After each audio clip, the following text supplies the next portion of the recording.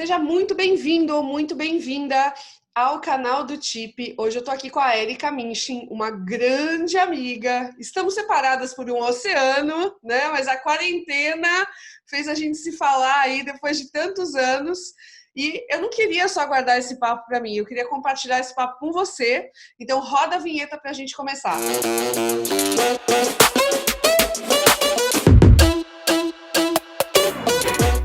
Érica, eu estava com muitas saudades, cara. Muitas saudades de você, muitas saudades de encontrar você no TIP. Afinal, foi um lugar que você frequentou muito, né? Quando você estava aqui no Brasil. Muitas saudades. Nossa, esses dias até uma pessoa me mandou a foto do primeiro Juicy Day que eu fiz aquele papo pra mulherada. Nossa, aquele dia foi muito gostoso. Não, e Eu acho que tenho foi o boas começo de lembranças. muita coisa, né? Assim, isso que é legal. É Foi. você olhar a foto e pensar, cara, isso é o começo de muita coisa legal. Eu conheci muita gente incrível naquele dia.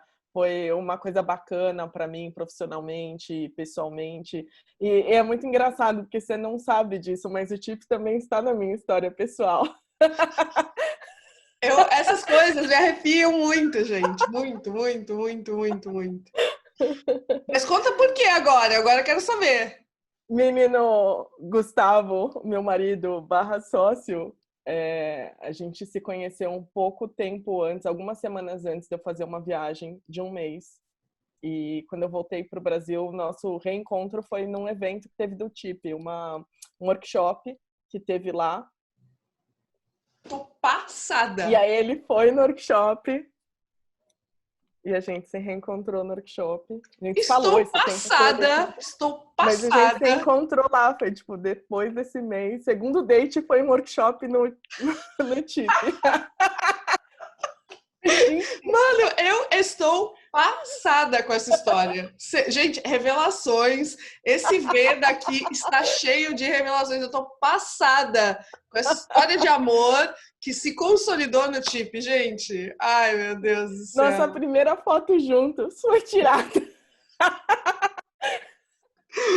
Gente, olha só. Então vamos combinar. Como a gente está gravando esse vídeo aqui na quarentena, no distanciamento social, né? A esperança de você que está assistindo arrumar o seu crush aqui nos comentários. Então não deixa de comentar, porque seu crush pode estar aqui. Esse encontro pode acontecer no vídeo, não é mesmo? Gente, estou passada com essa história. Que coisa sensacional. Meu Deus do céu. Manda um beijo pro Gustavo. Né? Manda um beijo e olha, quando vocês voltarem pro Brasil, tem que ter workshop lá, cara, tem que ter alguma coisa lá, pelo amor de Deus.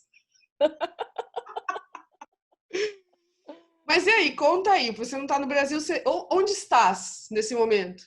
Neste momento estou em Aveiro, em Portugal. Aveiro é uma cidade de canais, porque o universo é muito fanfarrão. Puta que pariu, As né, pessoas cara? falam que é a Veneza portuguesa, eu falo que é a Santos portuguesa. É, gente, olha, o Santista sai de Santos, né? Mas Santos não sai de Santista, é sempre assim. Não, não sai. E o Estou que você aqui. foi fazer aí, Érica? Tipo, conta o rolê todo, assim. Eu começo esse bate-papo perguntando, você saiu da escola, né? Na minha época se falava colegial, eu não sei se na sua falava colegial, né? Saiu do terceiro colegial, aquela coisa da pressão da família, o que você vai ser quando crescer? O que você respondia? Então, a minha história, na verdade, começou ainda no colegial, porque quando eu estava, desde criança, eu já tinha muito interesse por roupa, por desenhar roupinha, por aprender a fazer roupa para boneca e tal. E aí, quando eu estava no primeiro colegial, tinha um colegial eterno, gente. Ensino médio não é nunca mais. Não sei também falar de outro jeito. Quando eu estava no primeiro ano, eu tinha um trabalho para fazer da Feira de Ciências da escola, que era interdisciplinar. E aí, o meu pai trabalhava com tecnologia, ele era analista de sistemas e tal, e na época tava começando, tipo, aquele rolê GeoCities, pega o Dreamweaver, e ele já tinha me dado um livrinho do Dreamweaver do tipo, vai aprender a mexer nesse negócio. E aí tinha que fazer um trabalho que fosse interdisciplinar, e eu convenci as minhas amigas da escola, a gente ia montar um site de moda. Visionária, hein? Visionária. Que ano estamos falando? 2000 redondo. Olha, gente, foi uma década antes dos blogs de moda explodirem no Brasil, hein? Visionária! praticamente não tinha site disso no Brasil, né? E ficou aquela coisa, adolescente montando, ficou terrível, cheio de problemas, nunca nem foi, tipo, para o ar, mas... aí eu fui estudar a mesma coisa, assim, aquela história, né? Fazer trabalho na biblioteca para puxar livros de história do vestuário, coisa que era meio parca no Brasil. E aí, em 2001, eu fiz o meu primeiro curso de desenho de moda nas férias também da escola, estava no segundo ano. E, enfim, quando eu me formei no colegial, eu já estava fazendo esses cursos, eu fazia curso de costura, de modelagem, etc. E depois eu entrei na faculdade de gestão de negócios da moda. Então, para mim, não foi muito assim, nossa, o que eu quero fazer? Era mais, será que eu vou fazer isso? Porque, né? Se hoje falar que vai fazer faculdade de moda é um negócio que choca algumas pessoas que acham que não se faz nada em moda, e moda se rala pra caramba, imagina 2 décadas atrás, né? Então, aí eu entrei na faculdade, fiz gestão, eu trabalhava com criação, com desenvolvimento de produto, tive lá uma nanomarca de acessórios e trabalhei para outras pessoas também. E em 2009, eu já tinha interesse em estudar consultoria de imagem, então eu sempre estudei fazendo o curso, a faculdade e, tipo, lendo livro e fazendo o máximo que eu podia. Então, já conheci a consultoria. Então, em 2009, eu fui para Nova York pela primeira vez, fiz alguns cursos lá, estudei consultoria, né, oficialmente, e voltei para o Brasil com um plano de, eu vou me inserir no mercado formal de trabalho e depois eu, tipo, sei lá, daqui uns 5, 10 anos, eu passo a atender como consultora. Não foi o que a vida quis para mim. O que aconteceu? O que As aconteceu? pessoas começaram a aparecer e aí, tipo, trabalho formal não. Chegou um momento que eu já não estava mais nem procurando, porque estava atendendo, estava fazendo outras coisas. Você chegou a ter carteira assinada, Érica, em algum momento da vida? Uma vez. Uhum. Tem um registro, acho que de 10 meses, 11 meses na minha carteira. Não sei nem se Ou chega a seja, um ano. meio que o empreendedorismo ali sempre te sondou, né? Não sempre. Quando eu estava no colegial, eu já fazia curso do Sebrae. Eu já sabia o que eu queria. Faculdade, eu entrei fazendo essas coisas, sabe? Aqueles online do Sebrae. Então, já fuçava. Já sabia que eu ia ter um negócio. Sabia do quê? Legal, muito bom. E assim, você foi imagino que essa temporada aí de um mês que você tenha passado, você fez FIT, né? Em Nova York, que é também uma meca, né? Acho que todo mundo que tem alguma intimidade, né, com o universo da moda sonha com isso, assim. Você acha que esse foi um processo muito transformador para você na formação, essa base, ou foi mesmo o fato de, tipo, puta, ir para uma cidade que todo mundo quer ir, estudar um lugar que todo mundo quer estudar, e isso deu aquele empoderamento, eu vou, eu posso, assim? Eu tive 2 experiências lá. Eu tive uma experiência em 2009, que eu fiquei 2 meses nos Estados Unidos, daí eu fiz alguns cursos lá. E aí em 2013 eu voltei e eu fiz mais 2 cursos.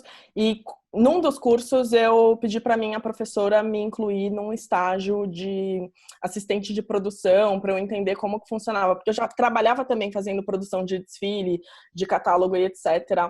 no Brasil, mas eu queria entender como que era em Nova York. E foi super interessante, assim. Da primeira vez foi, nossa, um mundo novo. Da segunda vez foi, tipo, a gente tem muito síndrome de vira-lata mesmo, né? Uhum. Porque, Foi... e eu acho curioso isso, né? Porque, não sei, pelo menos do pouco que eu acompanhei profissionalmente, né? O brasileiro tem muito essa pegada de guerrilha, de vamos fazer, vamos se virar. E o gringo meio que te responde, você não me avisou que era pra fazer isso, né? Você tá Então, preparada para um choque? Ou 2? Ou mais? você já me chocou, tá? Você já me chocou contando uma história que tocou meu coração. Vamos lá.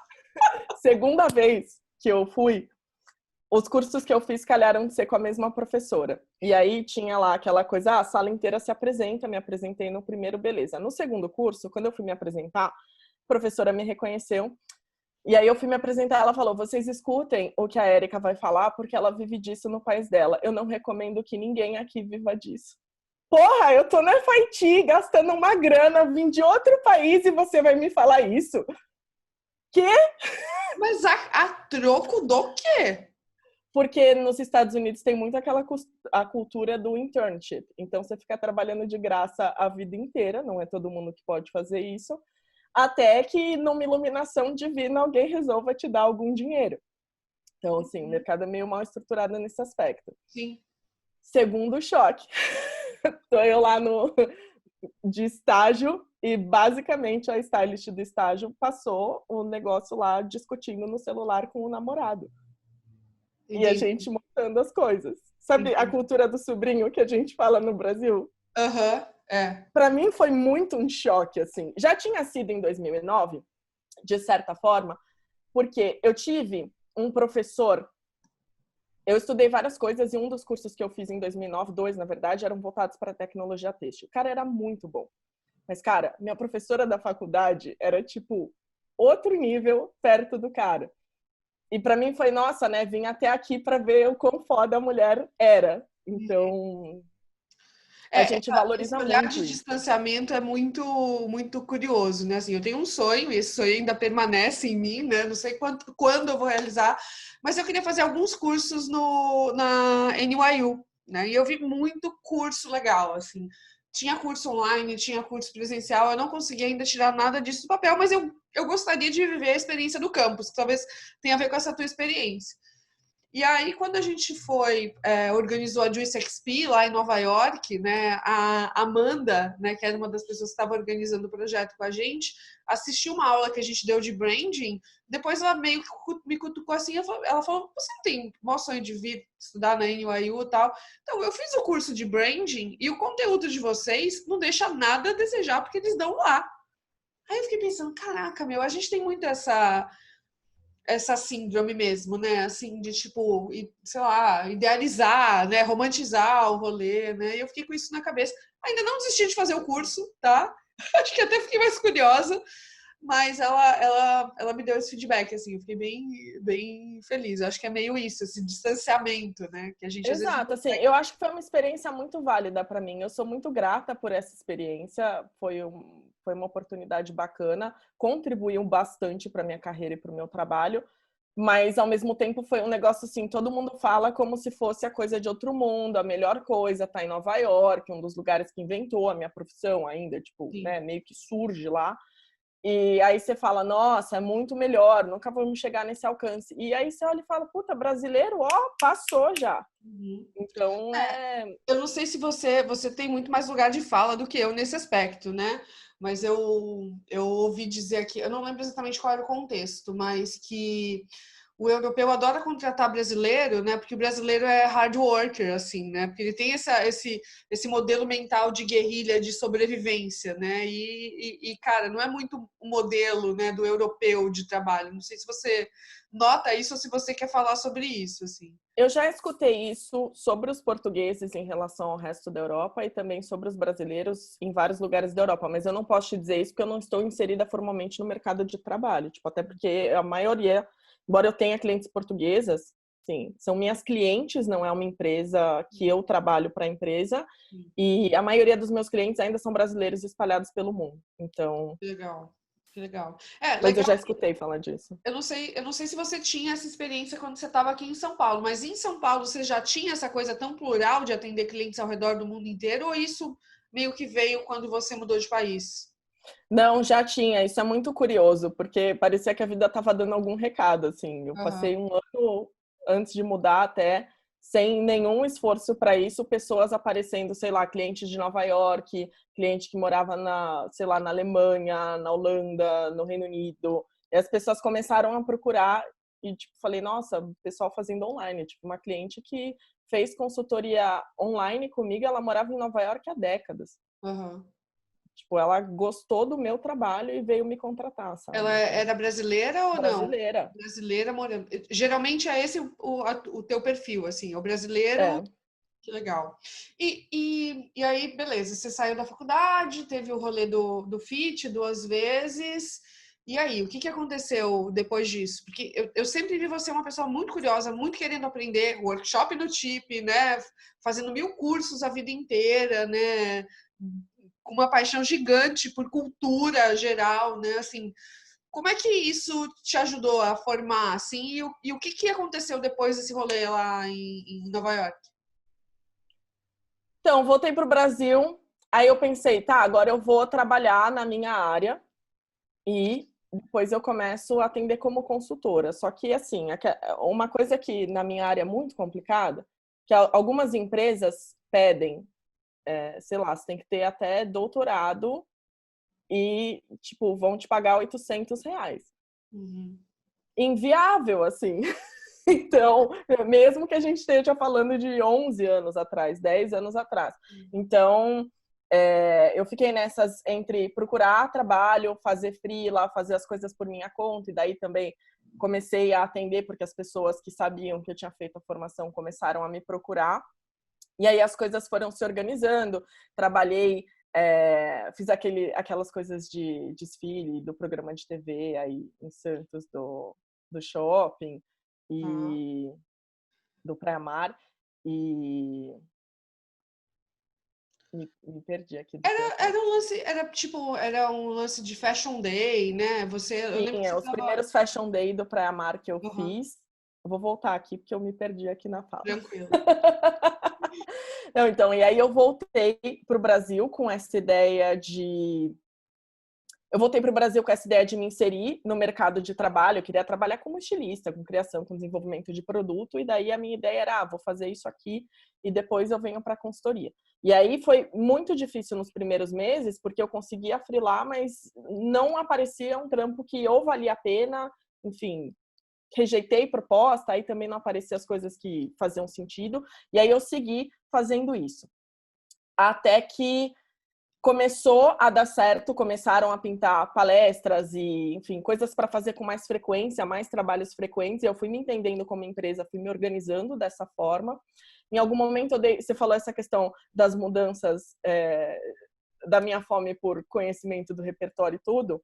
Em 2013, eu entendi que o meu negócio com a consultoria, ele não estava tão relacionado à moda, mas sim do que a roupa significava para a pessoa. E os impactos da imagem no comportamento e como que a gente se relaciona e tal. Daí eu fui fazer uma pós em sociopsicologia, que eu fui estudar sociologia, antropologia, psicanálise. Meu trabalho foi tipo contribuições da teoria psicanalítica para a consultoria de imagem. O que rompe totalmente aquele clichê das pessoas falarem, moda é fútil, esse bando de influenciador e blogueira aí vendendo roupinha, blusinha, né? Assim, rompe totalmente esse clichê, né? Eu adoro quando alguém me fala que é fútil ou que não liga pra roupa, porque assim, me conta aí, por que você tá usando essa roupa? Tipo, de todas as camisetas que tinham na loja, por que você pegou uma em V e não uma de decote careca? No seu armário, quando você se vestiu pela manhã, ainda que muito rápido e sem pensar nisso, por que seu olho bateu nessa peça e não na que estava do lado? Sempre tem alguma coisa, a gente se comunica por isso. É E aí aquela também tem... cena, é aquela cena do Diabo Veste Prada, do cinto azul, né? Do suéter azul. Aquela cena é voltada para o mercado, que Sim. é alguém do mercado decidiu, mas o meu negócio aqui é, olha só, o homem, quando ele começou a se vestir, ele poderia ter parado na folha e na pele, já que era para proteger o corpo, mas ele começou a enfiar umas garras de animais, umas pedras, uns enfeites e foi desenvolvendo o rolê. Ou seja, a gente também usa a imagem como forma de comunicação. Assim, eu tenho várias críticas ao mundo em que a gente vive, ao sistema em que a gente vive, mas olha, a culpa não é do capitalismo. A gente sempre se comunicou pela aparência. A minha história favorita, né? E eu até estava conversando sobre isso com a Michelle Simões outro dia, sobre a moda ser fútil, né? Que conversa com esse lance da pele que você falou, é entender que graças à indústria da moda, né, e da indústria do tingimento de tecidos, a gente consegue curar pacientes hoje por medicações de infusão. Então, um paciente de câncer só tem acesso à quimioterapia hoje porque uma pessoa resolveu inventar que precisava tingir tecidos em larga escala. Olha que loucura! Essa história, essa passagem está no livro aquele livro que chama O Imperador de Todos os Males, do Siddhartha, que é um médico, né, que foi procurar essa história. E essa história, para mim, assim, é Eu uma não das que mais sabia disso, fantástico. incrível. Depois, se você quiser, eu te mando o trecho, porque eu acho esse Muito cara bom, legal. É quero sim. futilidade, mas olha até onde a motivação humana, né, de tingir tecidos de azul marinho, né, levou a gente. Não, então, assim, tem vários pontos aqui. Tem o ponto da função da roupa, de como você se comunica, tem o que isso acaba gerando de desenvolvimento. É claro que tem coisas negativas, e é claro que a gente pode usar isso até como... que eu gosto mais, assim, da consultoria, do negócio de você olhar para o seu estilo e aprender a usar a roupa como uma ferramenta de comunicação, é porque você também começa a olhar para o outro do tipo, por que eu tô julgando essa pessoa? Exato. Porque antes de você poder falar que algo é feio, bonito, cafona, legal, certo, errado, não sei o quê, seu cérebro tá lá processando coisas que você nem acessa. Uhum, exatamente. Então, E não é só roupa, né? Vamos lembrar que não é a roupa, é o cabelo, é o acessório, é a maquiagem, é todo um toda a linha, conjunto de cor, recados. forma, exato. É todo um conjunto de recados que você dá. Então, é muito legal saber disso, né? Porque você escolheu uma segunda formação, né? Que putz, te dá uma base para realmente refutar todos esses argumentos com baita vral, né? Assim, não existe esse negócio de, é besteira, é fútil. Olha, eu sei que você gostaria que fosse, mas não é. Assim, somos seres visuais, né? Então, Eu queria, Érica, vou aproveitar aqui e quebrar um pouco esse protocolo, assim, tem algumas dicas básicas, né, para o pessoal que está fazendo live, para o pessoal que está, enfim, mostrando a sua imagem, né, como a gente está aqui através de vídeos gravados e etc.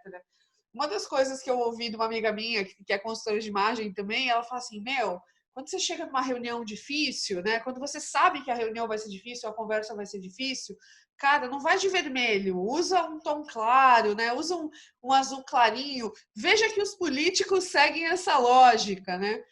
Que tipo de dica? Dá 3 dicas aí para o pessoal que tá passando ou por reuniões difíceis ou por reuniões onde precisa se construir uma imagem de credibilidade, né? Sei lá, quem está fazendo entrevista de emprego agora por live, o que você falaria para essas pessoas?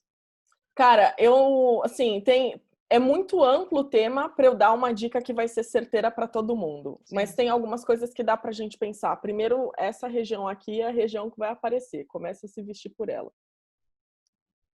Perfeito. Então, assim, uma coisa para a gente pensar sobre isso.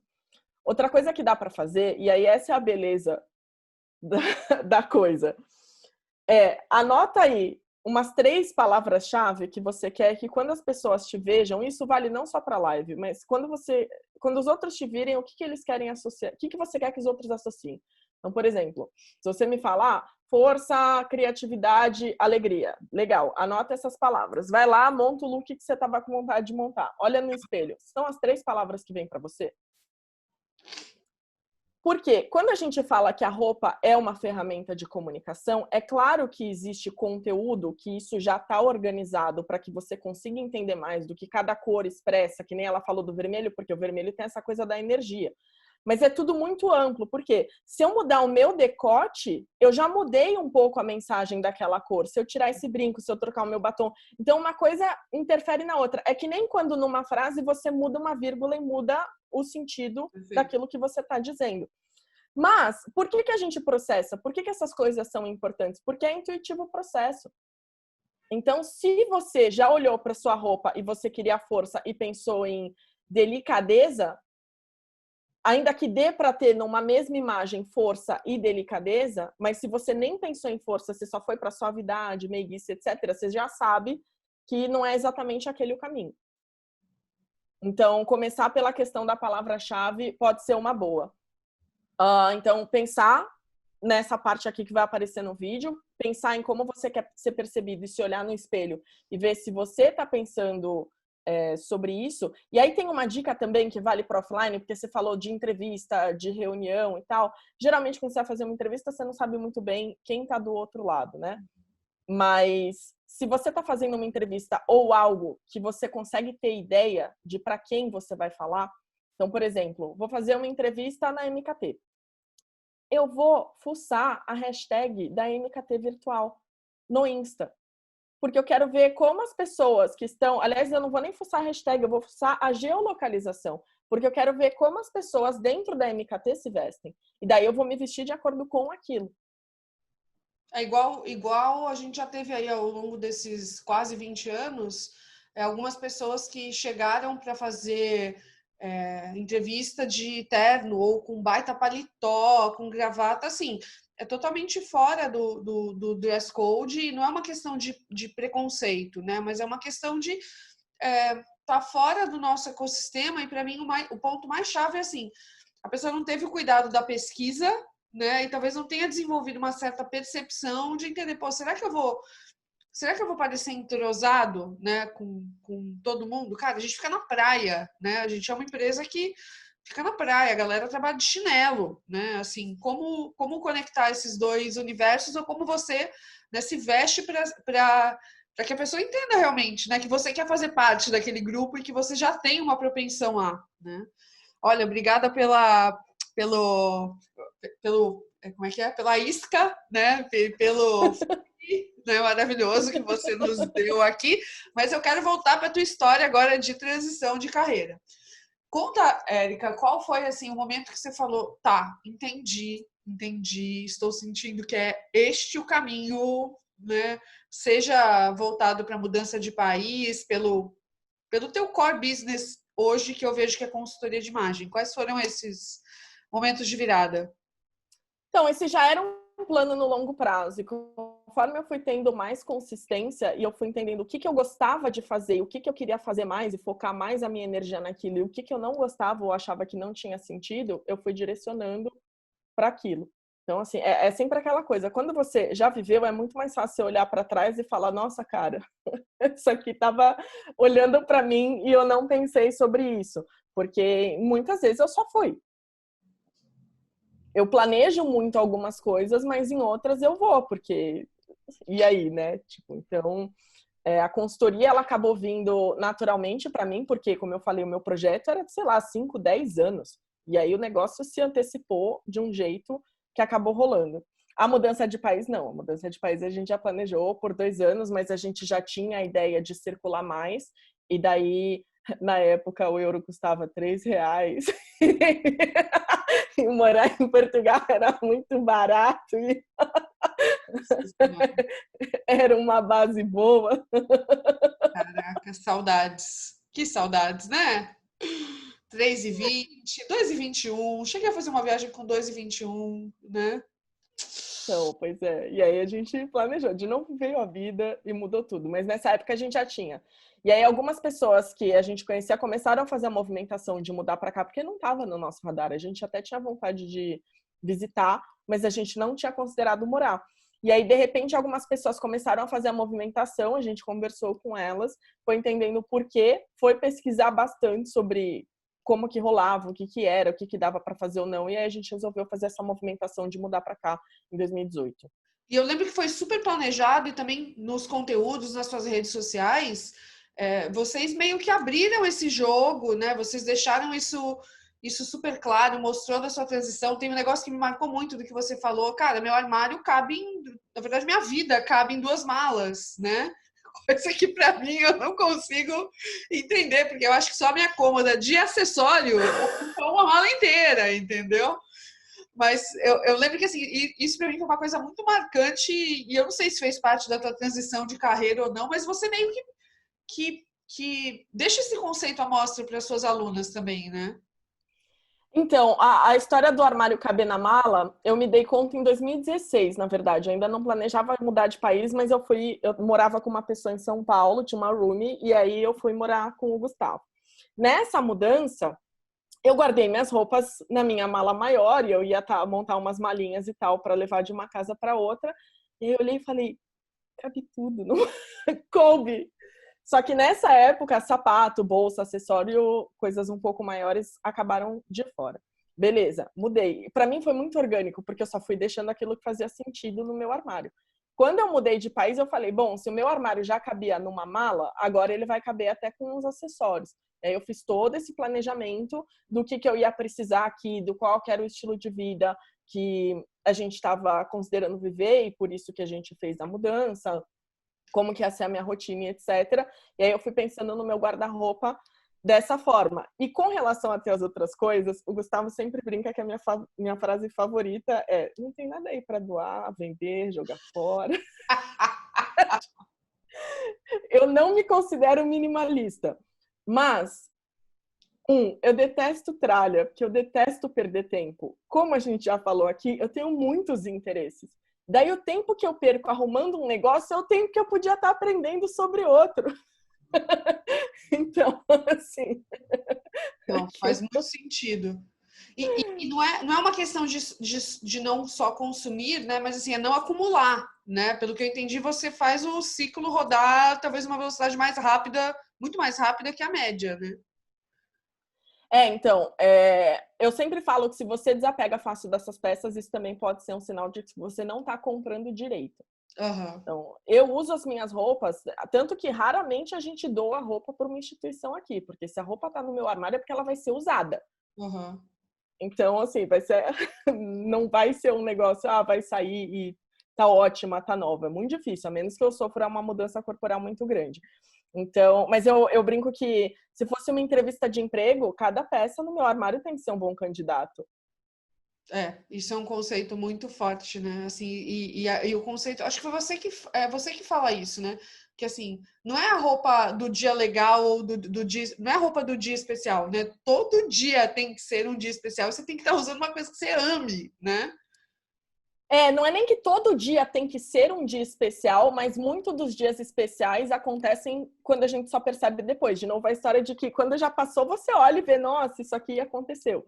Exato. Então, assim, mas o principal para mim não é nem o tanto que o dia é especial ou não. E isso pegou muito agora na quarentena, com a história de, vamos todo mundo ficar em casa, vamos trabalhar de moletom e etc.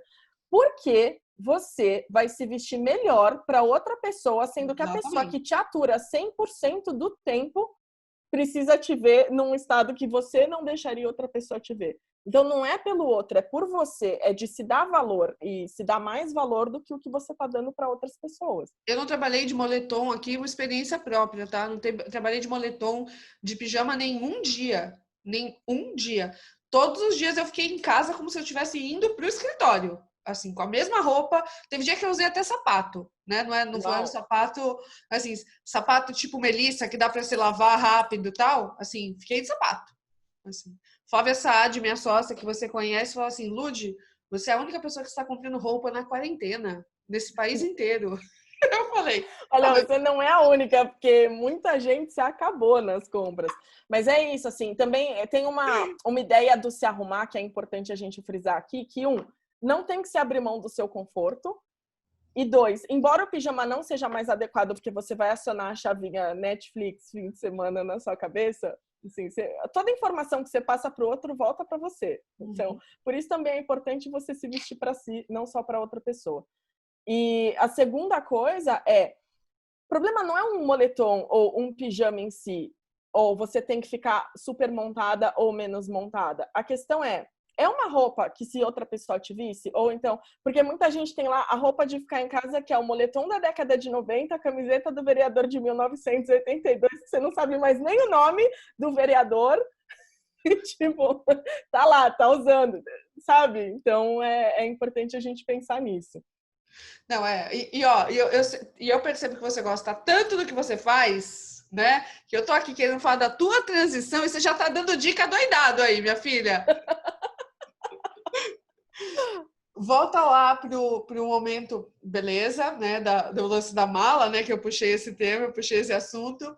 E aí você mudou para Portugal, mas eu vi que, eu não sei, eu posso tá confundindo a timeline, mas eu vi assim, quando você foi para Portugal, assim, o lance do digital, cara, de você gerar valor para as pessoas através das plataformas digitais, para mim gritou. Fiz teu curso e amei, aprendi muita coisa com você. Mas conta assim, eu não sei se aqui em São Paulo você você fazia coisa presencial e já com alguns clientes fora, porque hoje acho que você não faz presencial mais, né? Faço aqui em Portugal pontualmente, mas 90 e tantos % do meu trabalho hoje acontece remoto. Eu comecei a trabalhar com online em 2015. Eu comecei a fazer atendimentos individuais online e depois eu fiz o primeiro curso online. Então, o digital começou a se fortalecer nessa época para mim. E até porque ele era uma ferramenta para o que eu fazia offline. Porque as coisas que eu já fazia no digital era justamente para que as pessoas me conhecessem e quisessem fazer a consultoria offline. Aí Era um depois gerador de veio... lead, era um gerador de demanda, né? Era um jeito. Eu fazia muita coisa offline nessa época, porque, né, o contato presencial ele é super importante também se você quer trabalhar no offline. Mas aí eu comecei em 2015 a fazer os cursos. E quando a gente mudou, até uma decisão foi essa, porque a gente já tinha muitas coisas online. A gente já trabalhava com os cursos, já tinha... Vocês mudaram em 2016, foi isso? 2018. 18? Para Portugal. Não. 2016 a gente foi morar junto. Ah, tá bom. E Aí eu aí falei da passaram mudança 2 anos planejando a mudança, tá? Exato. Eu acho que a minha saudade tá maior, porque eu já achei que fazia muito mais tempo. Não, a gente mudou em... A gente chegou em 1º de março no Porto, de 2018. E vocês mudaram de cidade aí também, ou seja, foram várias transições, né? Como eu ia dizendo sobre a vida, o plano inicial era o Porto, mas o Porto não tinha casa, porque uma das coisas que as pessoas falam de Portugal demoraram muito para contar todo mundo estava vindo para Portugal. E daí várias pessoas e empresas também, muitas empresas começaram a fazer isso, que era comprar os imóveis para colocar no Airbnb. Então, não só em Portugal, mas na Europa tem vários países com problemas imobiliários sérios por conta disso. Como a gente já tinha essa flexibilidade, a gente foi explorar outras cidades e acabou caindo em Aveiro. Aí a gente ficou. E só por curiosidade, assim, não sei se tinha relação, mas o Porto é uma das cidades com mais visibilidade na área de moda, porque uma startup unicórnio, sei lá, é do Porto, né? Que é a Farfetch, não é uma história assim? Então, Portugal para o norte tem uma coisa da moda ser mais forte, não necessariamente o Porto, mas o Porto tem um potencial criativo legal. Eu não tenho certeza se a Farfetch está no Porto, tá? Não vou confirmar isso para você, porque já... Eu ouvi esse papo. Assim. Mas para a consultoria, a parte de negócios da moda eu acompanho, assim, reduzidamente hoje. Mas, por exemplo, o norte de Portugal, o setor calçadista é muito forte aqui. Portugal produz calçados muito bons, tanto que eles exportam mão de obra para outros lugares, né? Então, fabricação e tudo. E aí para Guimarães, por exemplo, tem aqui a Calçados Guimarães, que é super forte. Então, tem a Universidade do Minho, que tem curso de moda, então tem uma coisa ali. E aí volta que vocês estavam nessa coisa da casa, tudo. Então, as transições. A gente foi morar junto em julho de 2016. Ó, falei 2 anos planejando, mas na verdade foi 1 ano e pouquinho. Comecinho de 2017, o Portugal já estava no nosso radar e daí começou a mais. Aí eu falei pro Gustavo, aí o Gustavo foi pesquisar. Daí a gente resolveu mudar. E aí a gente, montando casa, nunca terminamos de montar. Pra você ter ideia, uma arquiteta fez um projeto da decoração do apartamento. Daí a gente passou meses sem mobiliar o apartamento porque estava esperando o projeto da arquiteta. O projeto chegou 2 dias depois que a gente resolveu que ia mudar. Maravilhoso. A gente, beleza, agora a gente muda e não vai implementar, aguarda isso aqui. Foi Porto e Aveiro, então. Agora a gente foi pro Porto, aí a gente passou um tempo em Madrid e depois voltou para Aveiro. Madrid? Mas morando também, tipo? Não, a gente foi visitar a família, ficou umas 3 bom. semanas e pouco lá. Perfeito.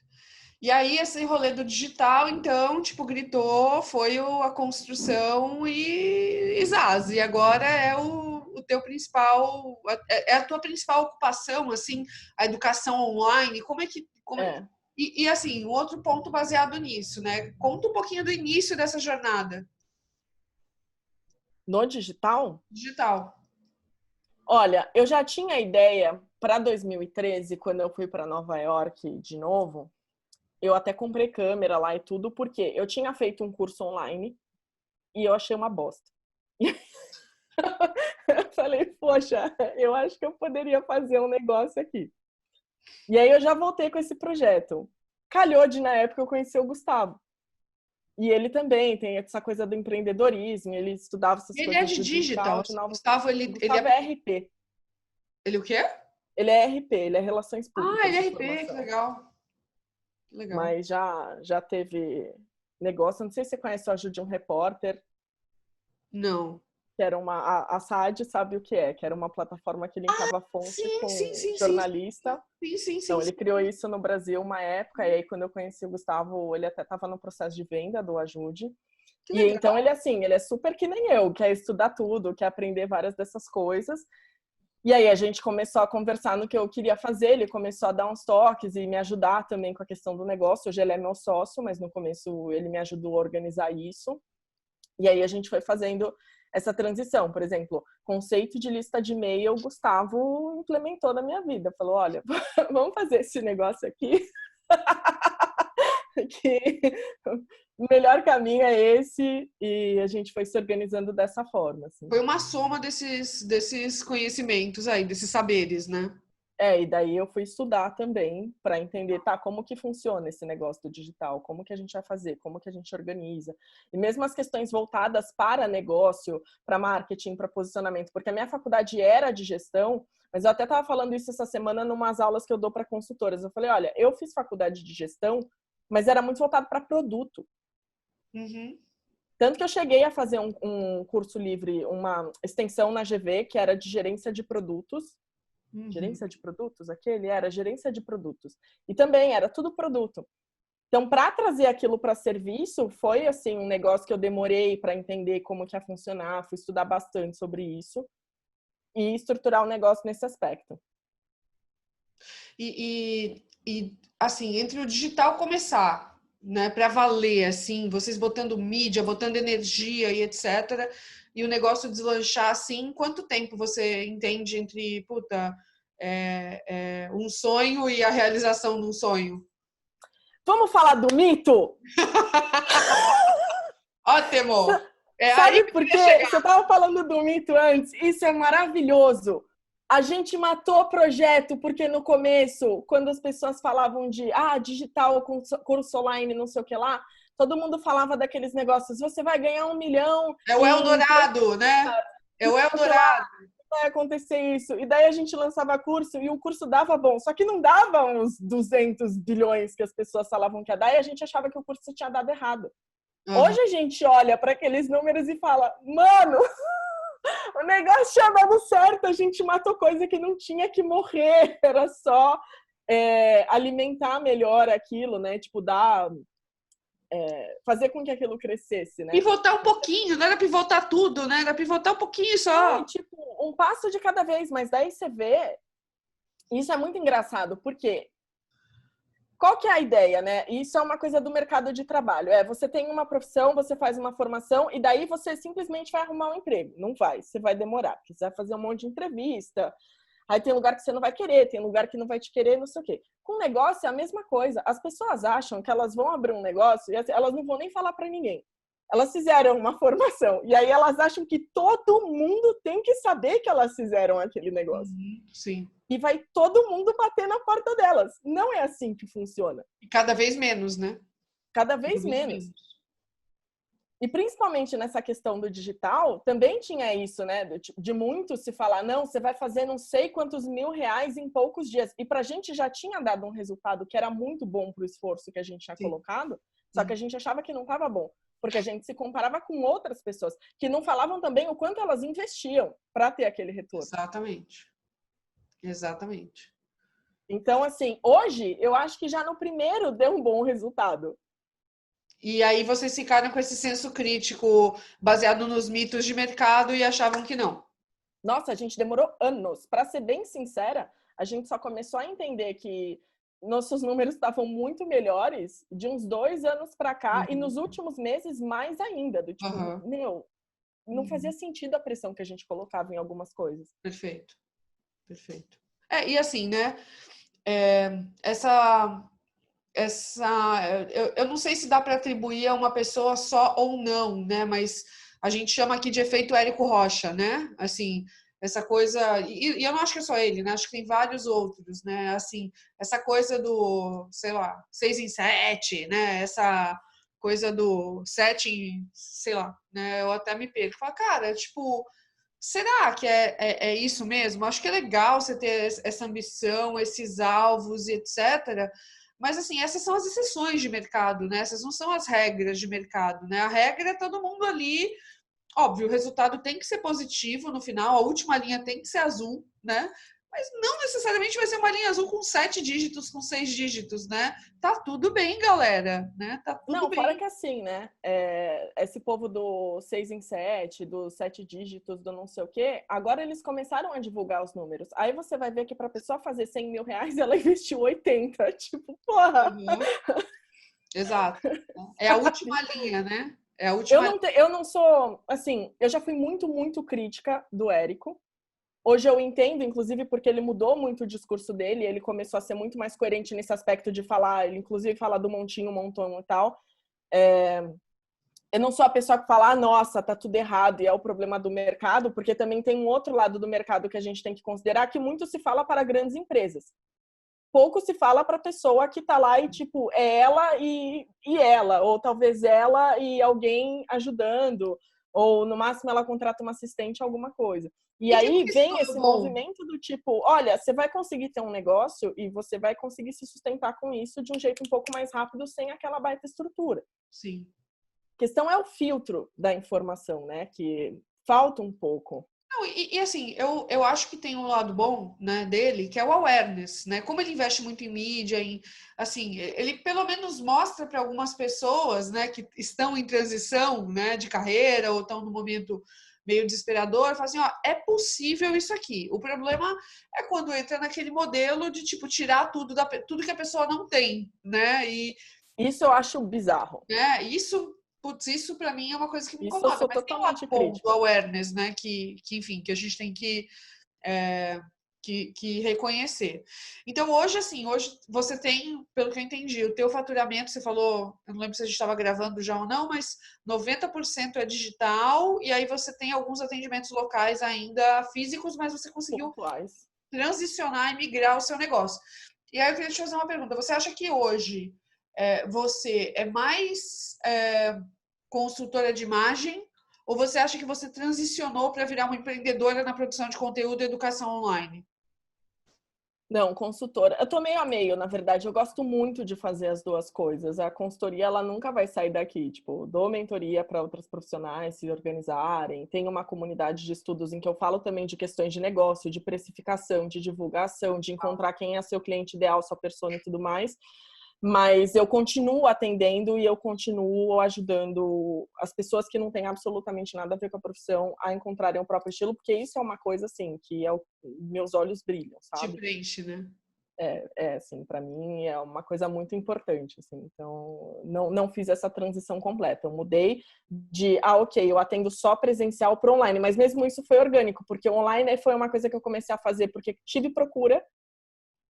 Quando eu vi que eu tinha mais procura, eu falei, então eu vou focar nisso. Aí Aham. eu fiz a mudança de país. Assim, é, eu conversei com uma outra pessoa, que é o Carlinhos, né? E eu vi que assim, ele fez um monte de transição, mas dentro de uma mesma área, né? E eu acho que isso também é legal da tua história, né?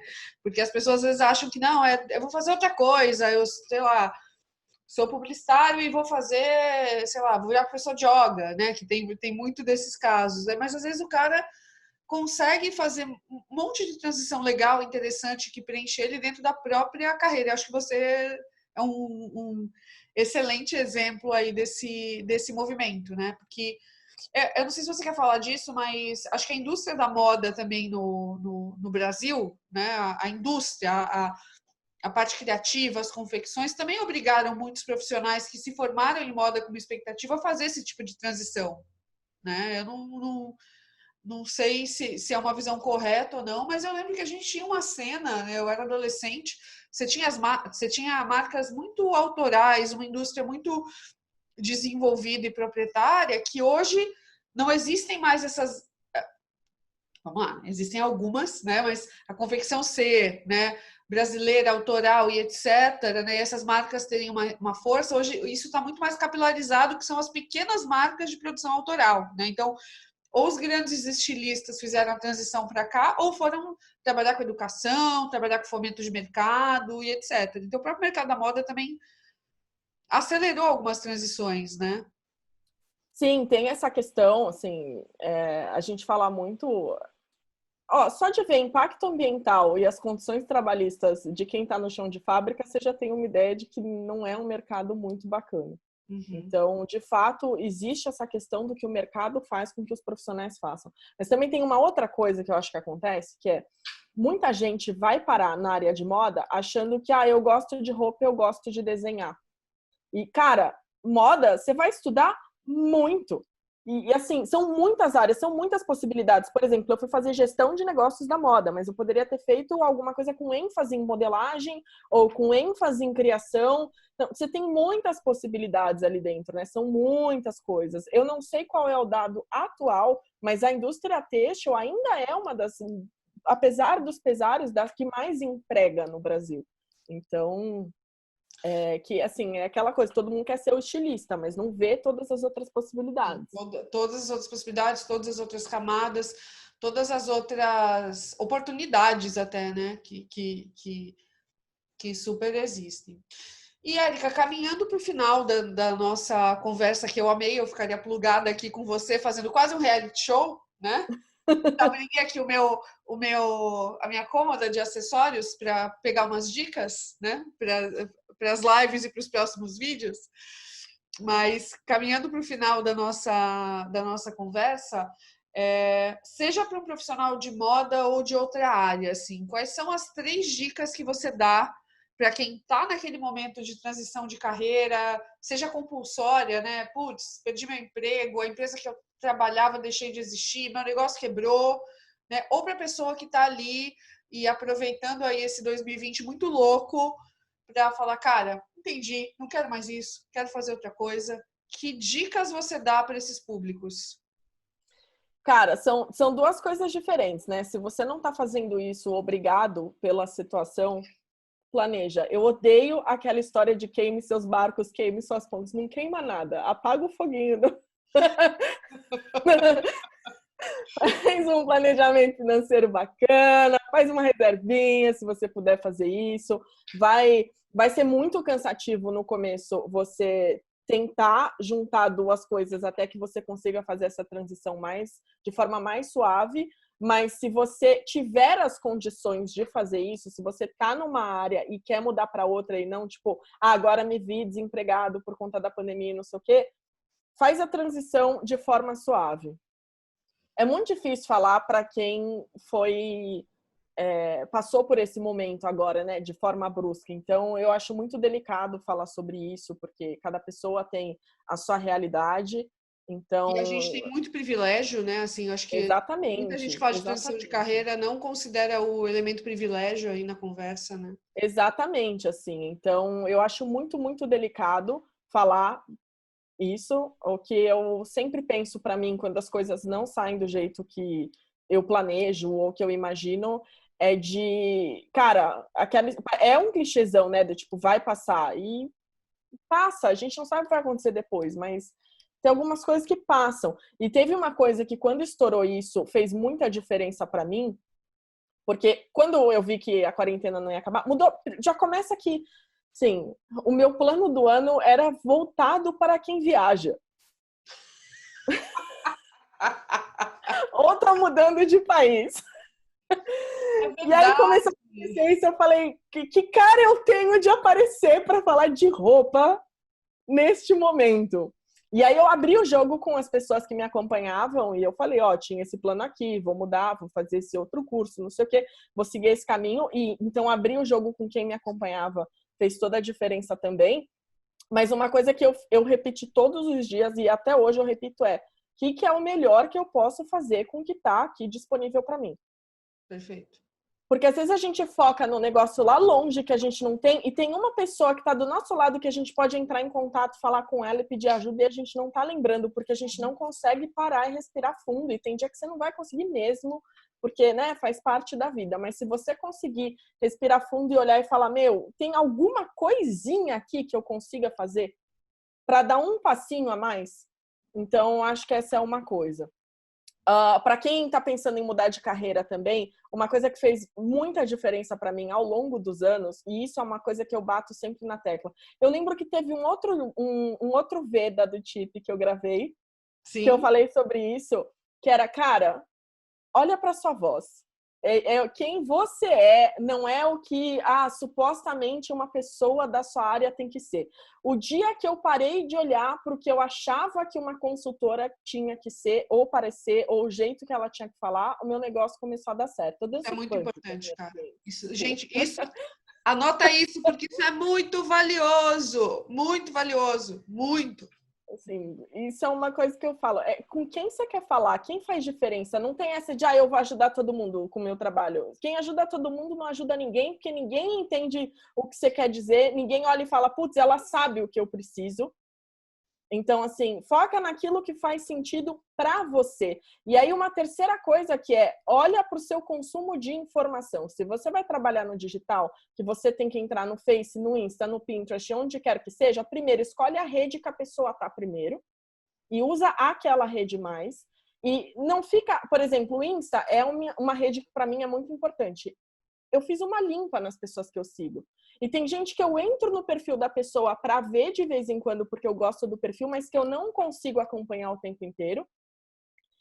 Porque, como eu tenho que entrar para postar e para ver o que me mandaram de mensagem ou de comentário, é muito fácil, porque a ferramenta é feita para que eu fique rolando o meu dedo o dia inteiro. E Exato. aí, quando eu começo a rolar, eu começo a me sentir ansiosa, porque eu fico vendo, puta, tá todo mundo fazendo isso, eu não tô fazendo nada, mas eu tô lá rolando o dedo. Então, controla a informação que você consome. Perfeito. Essa coisa que você falou do cliente, né? Não vou ajudar todo mundo, é muito importante, assim. Algumas pessoas conhecem, outras não conhecem o conceito, mas acho que vale falar que é o teu PIC, né? Perfil ideal de cliente, ou o teu ICP, né? Então, se você está fazendo uma transição de carreira, né? E tem a oportunidade de passar por um processo de transformação desse, eu acho que a Erika deu uma dica muito legal que, cara, considera com quem você com quem você quer trabalhar, quem vai te nutrir, né? Porque muitas vezes você está trabalhando num emprego que você não gosta, ou fazendo alguma coisa, trabalhando com pessoas que você não gosta. Cara, se você vai redesenhar e vai fazer uma transição, tenta entender, né? Se ou acha a tua voz, ou tenta entender com que tipo de gente você quer trabalhar, porque, cara, isso faz muita diferença, assim, muita diferença mesmo. E Sim. é um processo, não é só você olhar para fora, é um processo de autoconhecimento também. É um misto das duas coisas. É quem Ah, você é e quem você vai atender, né? E isso é uma coisa exatamente. que dá muito medo. Eu falo isso para as consultoras que participam da minha comunidade de profissionais e para as consultoras que eu mentoro, eu falo, você precisa definir melhor com quem você está falando.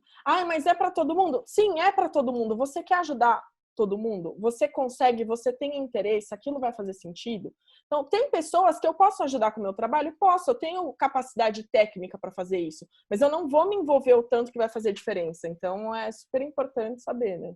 Muito bom. Érica, eu quero agradecer demais a sua participação, Agradeço o você ter convite. compartilhado essa história tão linda aqui no começo do vídeo, que eu não sabia. Esse Veda tá cheio de surpresas maravilhosas, então que bom, né, que o Chip foi, sei lá, quase um Tinder aí, né, no começo.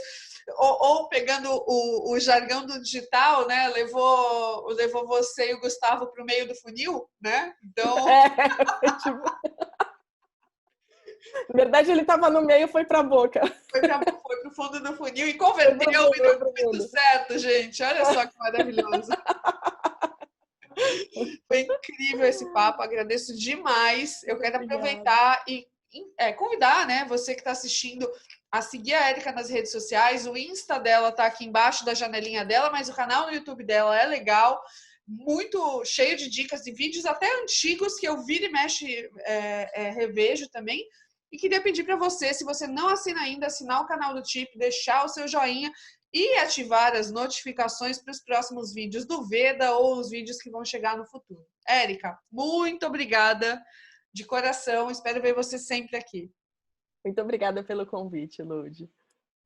Tchau. Beijo.